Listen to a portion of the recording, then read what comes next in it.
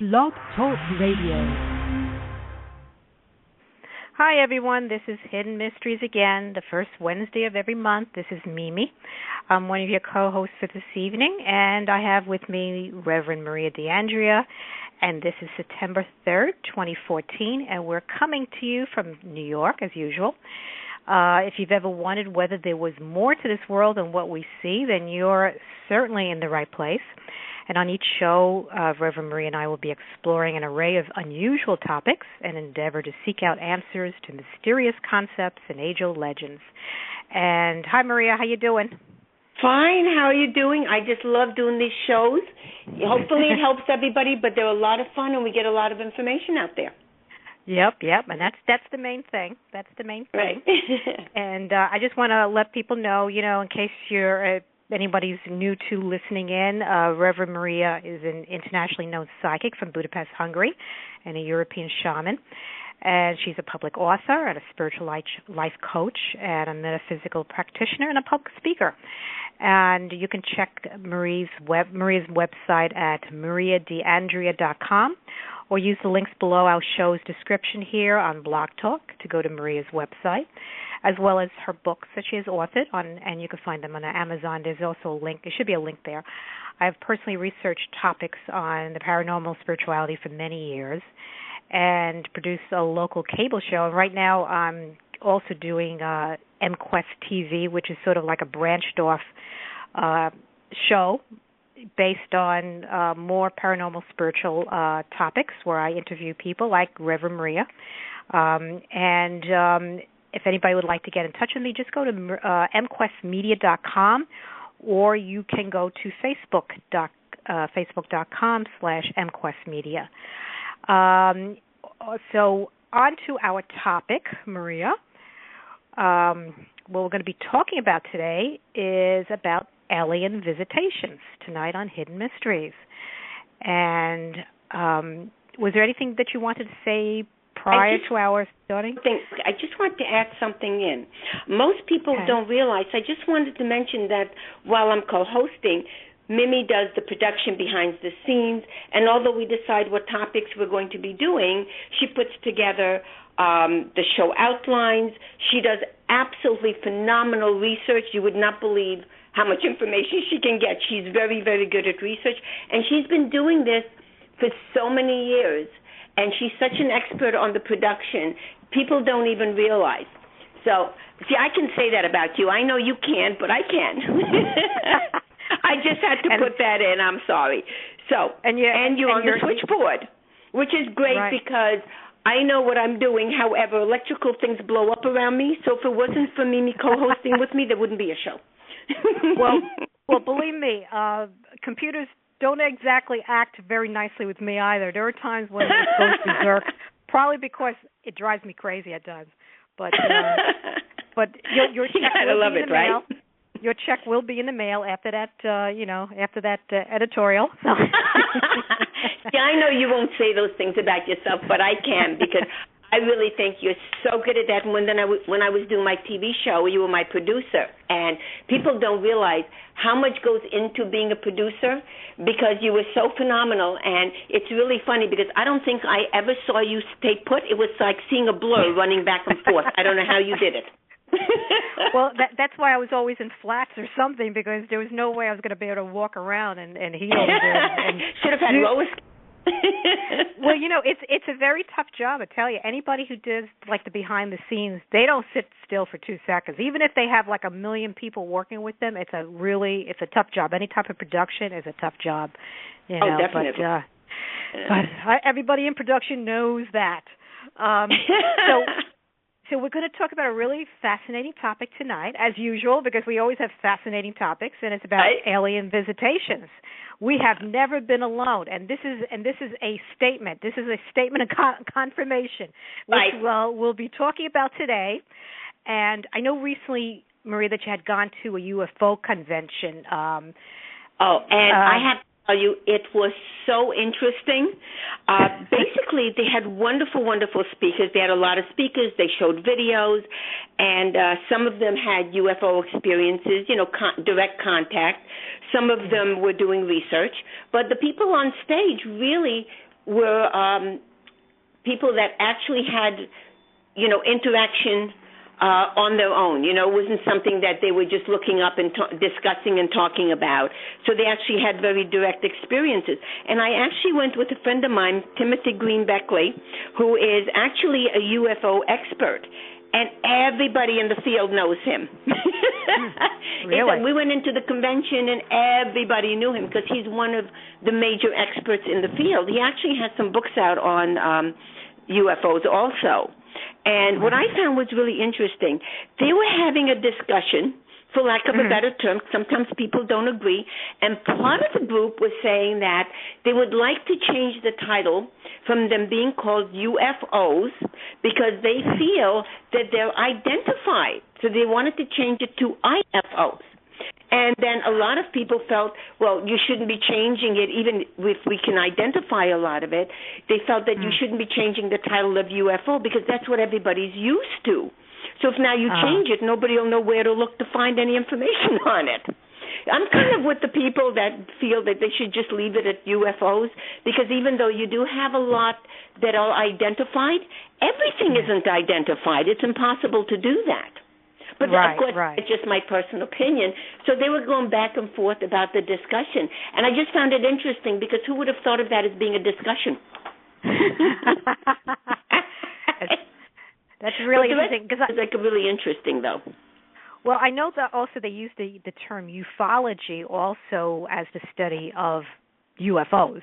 So, so it's almost like a science in itself. It's a study of itself, where there's so many people. You can't go into forget Google because we all Google, but you can't go to something like an encyclopedia nowadays and not actually see UFOs. They're not going to throw all that out. Yeah, that's true. So, so tell us, what are we really dealing with here when it comes to UFOs? No, first of all, I really feel that they've always interacted with mankind, and I know you feel the same way. Right. If you look at many of the cave drawings, you will see UFOs and various beings or deities. Now, I find it interesting that you have the same deities, although with different names, but you have the same deities doing the same function or having the same intent or purpose in several different countries. And you have to remember, at that time, they weren't traveling by plane, so the different cultures didn't really interact with each other, yet they had the same looking deities, just with different names depending on their culture. So you have to kind of acknowledge that something was going on there, And so I really feel they've been with us forever. But I feel that you have the positive and the negative deities. So I really feel that they've both been with us. But when you have people saying, there's no such thing, there aren't any deities, when you look at different cultures, when they really weren't traveling to visit each other, how would they come up with the same look, the same intent, and the same purpose for a deity if there wasn't something there as a base, right? Well, just one other thing that I could think of, besides the fact that we had all these beings, coming upon all the different peoples of that era, but the only other thing that I'm thinking about is would be the Atlanteans, who ended up merging with other cultures just during and after the breakup of their land. So that's the only other reason why I would think that there would probably be information being dragged over to other people, because they did have a way of moving, and transferring themselves and flying, their own technology. So that's the only other thing. No, I think that's true up to a point because they were very advanced and they were very heavy into using crystals. Just like predating them, you have Mu.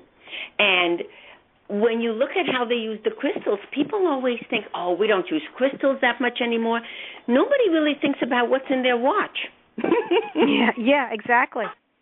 Of course, we're still using crystals. We're just not, having it in the middle of a room chanting so people go, it can't be a crystal. It's like, have they looked at their watch? Not to mention the other things that we use every day that we really don't connect because we don't think about it. Well, like the early radios. They use crystals, yeah. So many people have offered like descriptions of some of the people or the beings rather that have abducted them, and having had an up close and personal experience with them. What through your studies would you say were some of the descriptions of some of these aliens from other worlds? Well, they actually had several, and I like to look at the conventions because so many different things come up at conventions that you don't always see in books.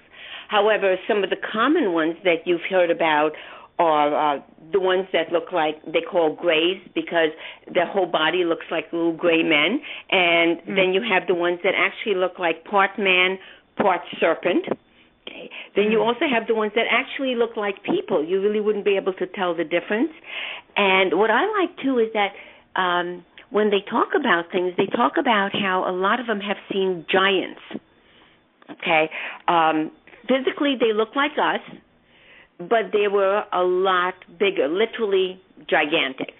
And when you think of some of the stories, they say that like David and Goliath, okay, they were saying that was, a lot of them consider Goliath being an alien race, meaning that he was one of the giants.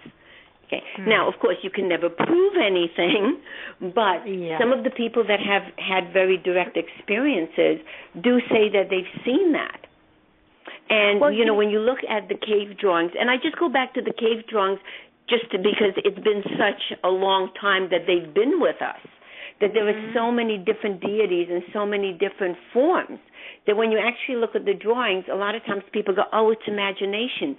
But when something comes up so frequently in different cultures, you have to look at, there has to be some type of a base, wouldn't you think? Yeah, and you just reminded me of something. I think I remember coming across an article that I saw, in the news somewhere of some giant skeletal that was they found somewhere in during an archaeological dig. I can't remember where it was though. But I know which one. Yeah, I love the History Channel. Yeah, but they did actually find a very gigantic form, a skeleton of a very gigantic form, and it's amazing that they could actually find that because that. I believe didn't that happen? Weren't these beings around just before the flood? Yes. And I believe like the flood was supposed to have gotten rid of a lot of. Well, I guess maybe they stuck to the earth. I don't know. But it was supposed to cleanse the earth of negativity, basically. Yeah, I ain't going nowhere. Yeah. Always laugh when we're talking about, because I'm a parapsychologist, and I always laugh when, people are saying, oh, rain is positive or rain is negative because we're talking about Noah. And I always laugh because I always look at it, if there's a drought on a farm and it's raining, it's really, really positive because rain is neutral. And if it's raining and my neighbor is building the ark, not so much. There's a clue somewhere. I just want to just let you know there's somebody I believe is calling in. I'm going to just check this out, okay? Hold on 1 second. Hello. You're on the air with Mimi and Maria and Hidden Mysteries. Who am I speaking with? Oh, I just called literally like 1 minute ago. I don't even know what the subject is. It just seemed interesting. I haven't heard anything, so I don't have anything to ask or say. Oh, okay. Do you just want to listen in then?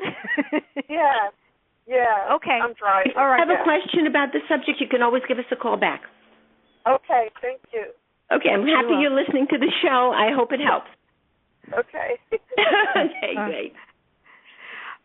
Okay, I'm just going to put on mute, so just in case.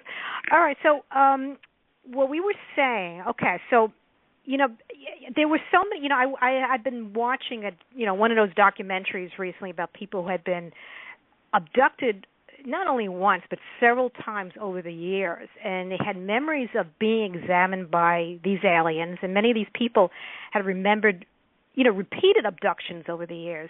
Why do you think that they're doing this, and why only certain people? Over and over again sometimes. Well, this is my thought on that. First of all, they are not all negative, So when they do come in like that, because they don't all have the same purpose, just like humankind, everybody's a little bit different. However, some, I think, look at us the way we would experiment on animals. When you think of scientists, you'll notice that they'll pick a couple of different animals, and through the life of, say, the cute little chimpanzee or whatever the animal is, they keep researching on the same animal through time, because then they can see how they advance, they don't advance. They can document the changes much more than taking, different animals, because then there's nothing really consistent to compare it with. So I hate to say it like this, but on the negative side, I think they're just looking at us totally non-emotionally, like an experiment when they do that. Yeah, I get to do that, unfortunately, nowadays.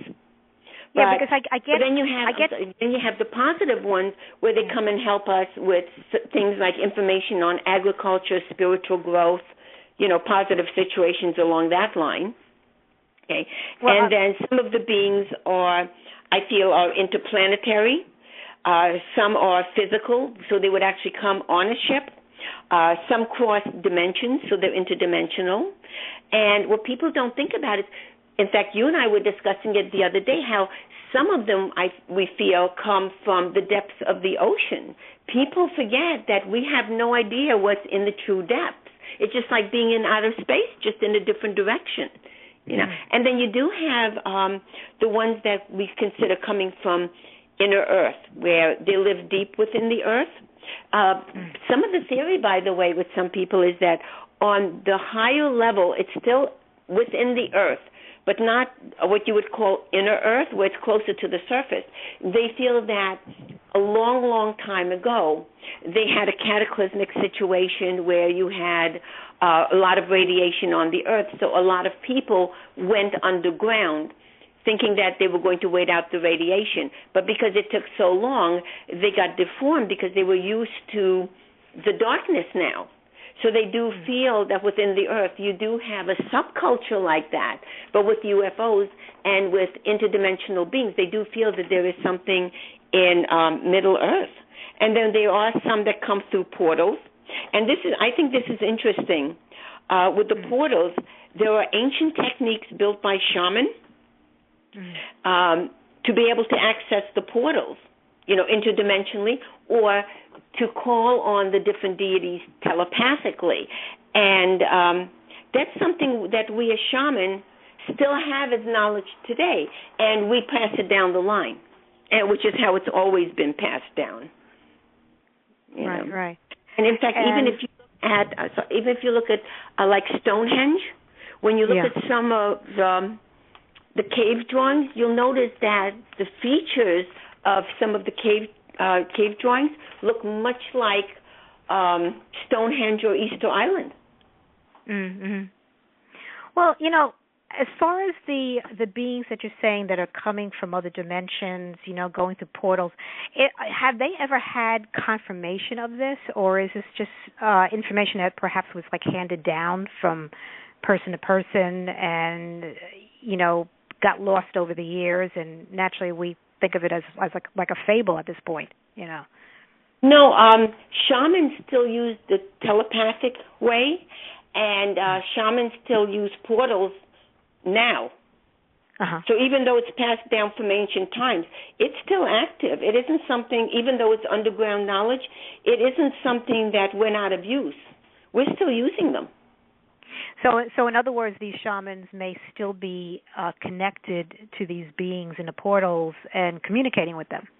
Oh yeah, and there are different techniques, including the portals. But one of the techniques actually consists of doing something that contains a crystal and copper and some other elements, and it actually gives you a telepathic link. So it's actually communication going back and forth. So sometimes when you see shaman and they look like they're at the top of a mountain and their arms are raised to the sky and they're looking up, and they have different contraptions with them, some obvious, some not, people always think that they're praying. They're not praying, they're communicating. And it's a two-way communication. So sometimes with shaman, they get it very direct where, like I'm clairaudient sometimes, which means I hear. Sometimes I see things, which is clairvoyance or visions or clairsentience, where you just know. So, but it's a back and forth communication. It's not one-sided. But that's still in effect. And a lot of the tribes still use them. Well, it's like I think we shouldn't let Verizon know about this because they might try to get their hand in this, That'll end up being a big bill, I know. Can you imagine the bill to some other planet? They'll find some way of evaluating that, I'm sure. It's hard enough to call Canada. Hard enough to call across the street. You're right. One of the things, the question I always had, because it is the universe that we live in, in terms of how God created it, what, you have to think in terms of what does creating this universe and having these aliens and interdimensional beings connected with it, how everything sort of interplays with one another, and what is the connection, to it all. To me, it seems like they're working in sync with God and to make humankind aware, or become more aware of themselves. I mean, what do you think? No, I agree, because I feel some are here to help us elevate spiritually, to have inner growth, and culturally and as humanity to help us grow more and to interact more in a positive way, which is more godlike. And, I'm an interfaith minister, so I believe in God. However, spiritually, we all, and I mean you too, we kind of look at it as there's one source. We don't actually care about who uses what label. It's still the same source, just, different names. So I feel that they're helping on the spiritual level as well as physically and scientifically. Okay, so the beings, I'd say, are from, I don't want to say light, because I don't mean the light as in visual white light. I mean it more like, from the positive side, like light and darkness, positive and negative, the balance, And I really feel that they want to help us to achieve and to reach our destiny quicker. But I also feel that in helping us, it helps them grow. So it's more interactive. It's not like just they're hanging out and they're going to go, let me help humanity. Okay, the more they help, the more they help themselves also, because it's a circle. That's like you'll notice. I know you help people all the time. You don't say that, but I know you do. So when you help people, I notice, you're always so happy that you help them. You're not looking for anything back. It just makes you feel better. So I think this is the same principle, that the more they help, the more they elevate themselves. And I really feel that God created everything. So there has to be interaction. This is how I look at it. And it's a Native American system of belief, which I just love. They just put it in a better way than a lot of the other cultures, I feel. But when you look at a spider web, and you look at all of us being, including interdimensional, everything being somewhere on that spider web, when one moves and moves that particular strand, it resonates and shakes everything. So it has that ripple effect, and I really feel we're connected like that. It's like the three fates, with the tapestry of life, Right. Very interesting. Yeah, because because when I was thinking, because I'm always trying to put things together. I'm like this connector of things, So well, that's why you're a good researcher, because you see details that other people may not catch. Yeah, because I was like trying to figure out. I said, because for years I said, okay, it's those beings and it's us here. And I said, but, the world is created by one being. Therefore, everything in it has to be part of that construction. Therefore, they have to be part of the whole humanity. And I've read so many different things. Like some of them are supposed to be futuristic beings or us in the future, who have come back and trying to help humanity because hell knows we need it. And then there are beings who, like you said, that they're fascinated in who we are and the development of who we are, and they're looking at us like lab rats to a certain extent.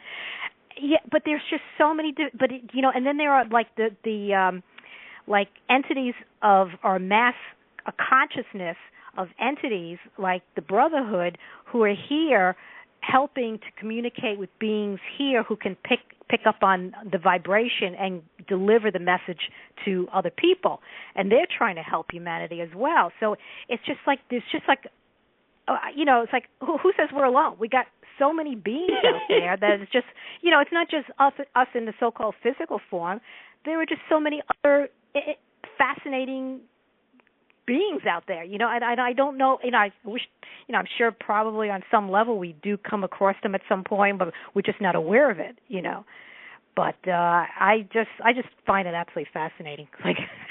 Well, I find when I see, I'm a medium, and sometimes I do trance medium, and I see spirits after they pass away, people that have never incarnated, different beings that are not physical. And I truly feel, and I've been doing this all my life and professionally since I'm 16. So the experiences that I've had, just personally, I feel that the only difference between us physically and, say, the table that doesn't move and a being that we don't see as physical is their energy is a different rate of vibration. So when you move faster or slower, that makes you more solid or less solid, because everything's energy in the universe. That's correct. I read about that, yeah. It's really the rate of vibration. Yeah, because our vibration is slower and theirs is a lot higher. And if you're in spirit form, it is a lot higher than our vibration. That's why we don't always perceive them around us. I mean, we can probably get a feel maybe like residual energy or something, passing by, but it reminds me of a Star Trek episode with Captain Kirk and these beings who came from somewhere, and they were from their perspective, the people on the Enterprise were going at a slower rate, and they were going at a faster rate, and it was like they were trying to bring the two together so that they can communicate. I'm telling you, everything's a Star Trek episode, I know. There's a book out. I really don't know the exact title. I wish I did. But loosely, the title was something like everything I ever learned, I learned from Star Trek. Yeah. I'm telling you. Well, that's when you look at people on this planet, the physical people, our rate of vibration is between 60 to 80,000 vibrations per second, and the vibration of the planet is 100,000 vibrations per second. And what I find interesting as a healer, when we're in the process of healing, actually doing the healing, our vibration changes to the same as the earth. And then when we're done, it goes back to our norm. Oh, my goodness. But when you think of different beings and different vibrations, it's really interesting. It's like we're connecting to the vibration of Mother Earth. Exactly. And I love Tesla. And when you think of Tesla, he was a scientist. He was phenomenal. He was a scientist, but he was also spiritual. And he did a lot with energy along both lines. I love Tesla. Yeah. I love when they have the balance between both realities, and they're not just extreme in one or the other. Because we always have to keep an open mind, no matter what we think and what we do. We can't know every little thing because we're not God. All right, we're coming down to the closing. You got any little last words? We got an interesting topic every time, so it goes fast. Do you have any last? Yes, I was just going to say to people, don't forget to join us again as we bring more exciting topics to you. Until the next time, and always, may God bless you abundantly, and thank you for being with us. Yes, thank you all for joining us this evening on Hidden Mysteries, and be sure to mark us as your favorite so you continue to receive notification of upcoming shows. And visit us on Facebook.com/MQuestMedia, and there you can send either comments or suggestions for upcoming shows. And let us know what questions you may have or on today's topic that maybe we didn't cover, or perhaps stories of your own experiences. You can get in touch with Reverend Maria at mariadeandrea.com, or you can call her at 631-559-1248. And again, have a nice night, and thank you all for joining us, and we'll see you next time on Hidden Mysteries.